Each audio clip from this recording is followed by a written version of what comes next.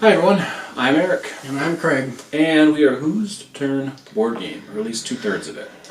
Today we are going to be covering, reviewing, I should say, the board game Civilization. Now there are like 6 different versions of this game out there. They all kind of say the same name.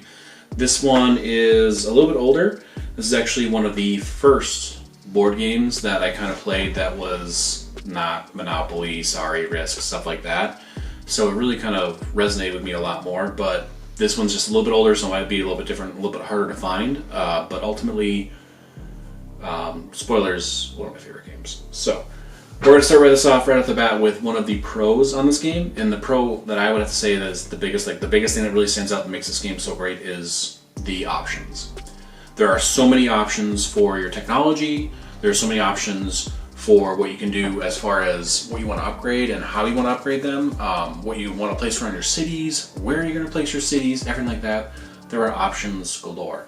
Some of them are mandatory, so you do need to get like the ability to cross water right off the bat. You do need to get the ones that kind of upgrade stuff and whatnot, but overall you can choose how you want to play, and I absolutely love that about this game. Yeah, I really like how it looks on the table. It is beautiful on the table. There's a lot of pieces to it, which can also mean you need a con. You kind of need a large table to get this out, especially if you have a lot of players playing it, like before. If you have the expansion, I think it goes up to 5. And it takes quite some time to actually set up because there's a lot of pieces to it, and you need pretty much all of them in the game. Allow me to. This is the box. This is one tackle box that's got some parts in it, and this is the other tackle box that has got the parts in it. So, he wasn't kidding. There's a lot to this game. There is a lot of pieces, a lot of nuts and bolts, if you will, and there's reasons for that, but there is a lot, and it does take forever. And we play it so infrequently, even though I love it, that I have to reread the rule book almost every single time because if we go 2 or 3 years without playing it, we'll play it once and then we won't play it for a while again. But yeah, I love this game. Love it. One thing I would agree, it is a beautiful game. It is huge. I love how, depending on what race you are, like what civilization you are, you have a set starting point, you have a set starting board, but after that it's completely random. So you could have one set up one time, like there was one time that we had it where the person couldn't even get to the second board because there's a river in the way, and you literally couldn't move. Okay, well, he needs to get the technology, and it took him 2 extra turns, which got him behind. That's just random. That I've never seen that happen before. It happened one time. Don't know if it'll ever happen again. But it's completely random with how you have it set up with everything like that. So it's never the same game exactly twice, but I really like that about it. Yeah, the modular board is really nice in this game. That you don't see a whole lot in a lot of the war games. I mean, this has got so many things to it that I won't 100% just call it a war game per se. But if you've played the video game, it has a lot of concepts from that. So it's got the science, it's got the tech, so to speak. It's got economy, it's got military, and it's got culture. One of the cons I have for this game, hands down, is I think the culture is by far most underrated. We actually have a house rule that adjusts it to make it so culture is viable, and even then I've never seen anybody win with a culture victory. No. I think military is one that I've seen once, and only once, but you kind of have to be a jerk, and be a jerk early and often in order to really get that military win, so...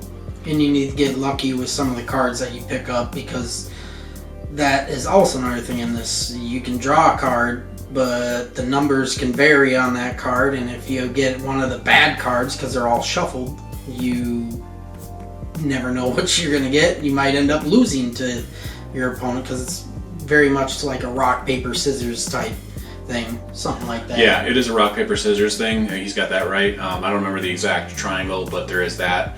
And it's got either a 1, 2, or 3. So if you have the 3 infantry, no matter what, you'll beat whatever it is because they attack first. So there is a big flaw with that. But you can either do one of 2 things. You can increase your hand size, so you can do that. Or you can upgrade your units.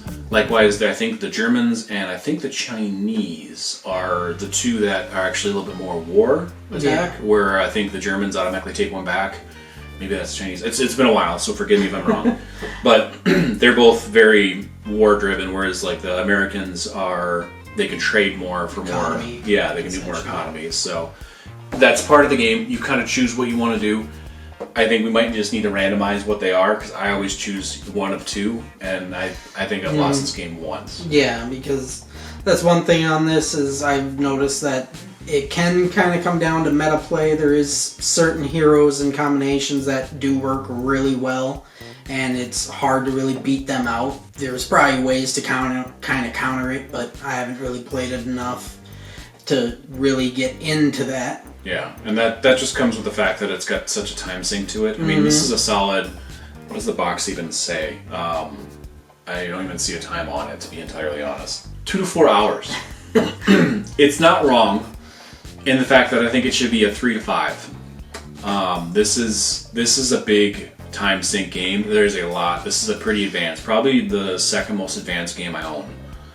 Maybe third more. There's other ones that I've owned that I've ever played that are, I think, more advanced, but this one is one of the heavy hitters that we have, which is why we don't play it very often, just because it takes a lot of time, and if we're going to get together, we'd rather play other games that we enjoy more.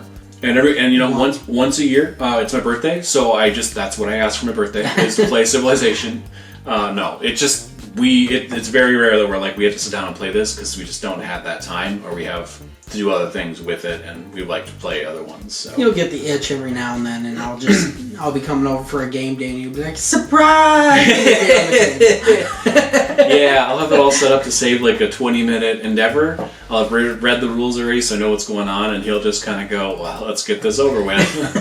just until next. Maybe when you win one, you'll be like, okay, you know what, that was kind of fun, let's play again. But I digress.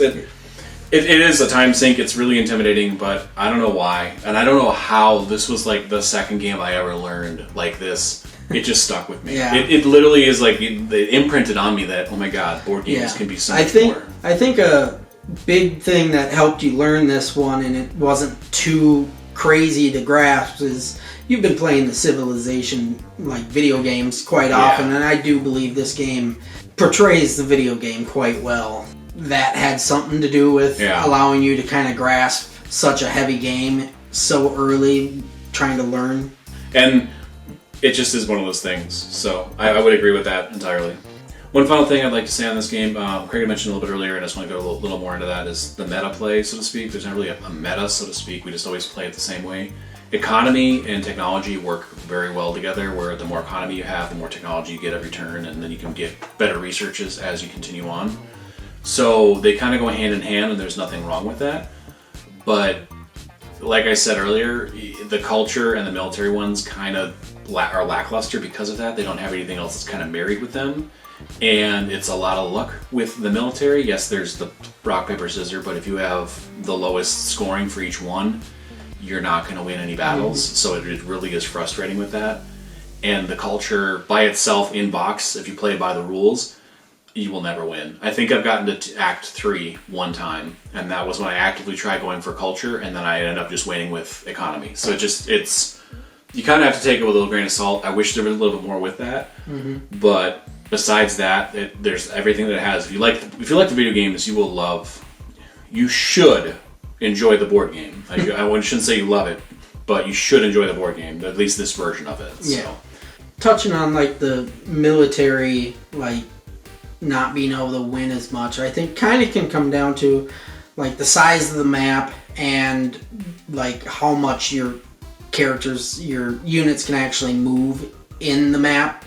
It will sometimes take you 4 turns just to get to your opponent's base, and then if you lose, those units are gone, and then you have to rebuild them and try and trek all the way back to their base. And by that time, they've already pretty much gotten a huge head start and possibly gotten close to winning already. So you trying to get to their base and destroy it a second time is almost impossible. Yeah, and there are cards that increase how much you can move and how many cards you get and how much you can stack. But the issue is still, like you said, you have to get across the board. And I think even on a 2-player game, I think it's one board for me, one for you, and I think it's a 2x4. Mm-hmm. It's just that way you can potentially branch out, but it's not a very big board. I know 3 players a triangle because that's usually what we play, and a 4 players a square. I just don't remember. I know it's a straight line. I just don't remember. Airplanes are awesome, but it's very high in the tech field, so it's harder to get to the planes. Well, and they let you move a whole bunch, but they just have a higher numbers, which is nice, but they don't get attack first, so they just take damage left and right. With all that being said, I would say this game gets, oh boy, I would say definitely a 9.4. I love this game. It's got its flaws. I will be the first to admit that. It's got its downfalls, it's got its problems, but every time I play it, I love it. I love getting this board at the table. We don't get it enough just because it is so intimidating and there's so much to it, and other people just don't like it as much as I do. It's just the fact that I love this board game. So yeah, 9.4. Hands down, if you like the video game, check this one out. It's definitely worthwhile, and it's very similar to that. Love this game. Yeah, it's a good game. I don't know if I'd rate it as highly as you. You might also have some just nostalgia from it. So I would go mid-7s, like 7.5. It's a really good game.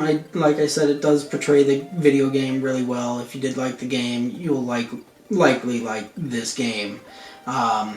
Takes a while to play. That's partially why it's kind of going down on my number, and it's a little bit older game, and there's been other games that came out that kind of do what this one kind of scratches my itch a little better than this. So I would say 7.5, just because there's other games that I think I'd rather play than this if it's going to be a 4-hour night. So there you have it. That's going to be our review on it. The reason, I will say this just real quick, the reason the two of us are saying it is that Richard, who's part of this group, has played it once, and he doesn't really like it. He doesn't care for it, so we kind of just figured that it would be best if the two people who played it the most talk about it, everything like that. That's kind of why. But it's just, I don't know, it's a fun game. Definitely check it out. If you like the video, go ahead and give it a like. If you want to leave a comment down below on if you've ever played it, if you enjoy a video game, what are your particular rules? Our house rule, I should say that, for culture that we always play is that, just like with everything else, you gather your culture every single turn. You're supposed to take your turn to commit to culture and do that, but that just is such a waste and it's so slow that we just decided to always get it every single turn.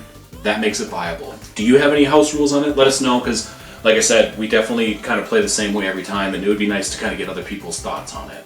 If you like board games, consider subscribing. That's kind of what we are all about here. We're kind of making reviews on games. We're definitely putting up how to play and set up board games. If you have any suggestions on board games that you love, by all means, let us know. We've had 2 so far that we're really interested in. Let us know what you want us to see. What do you love? What's your 9.4s and 9.6s? Let us know in the comments down below on this video or any video, and we'll definitely check them out. That's about it. That's all we got. So, thank you all for watching. I've been Eric. And I'm Craig. And whose turn?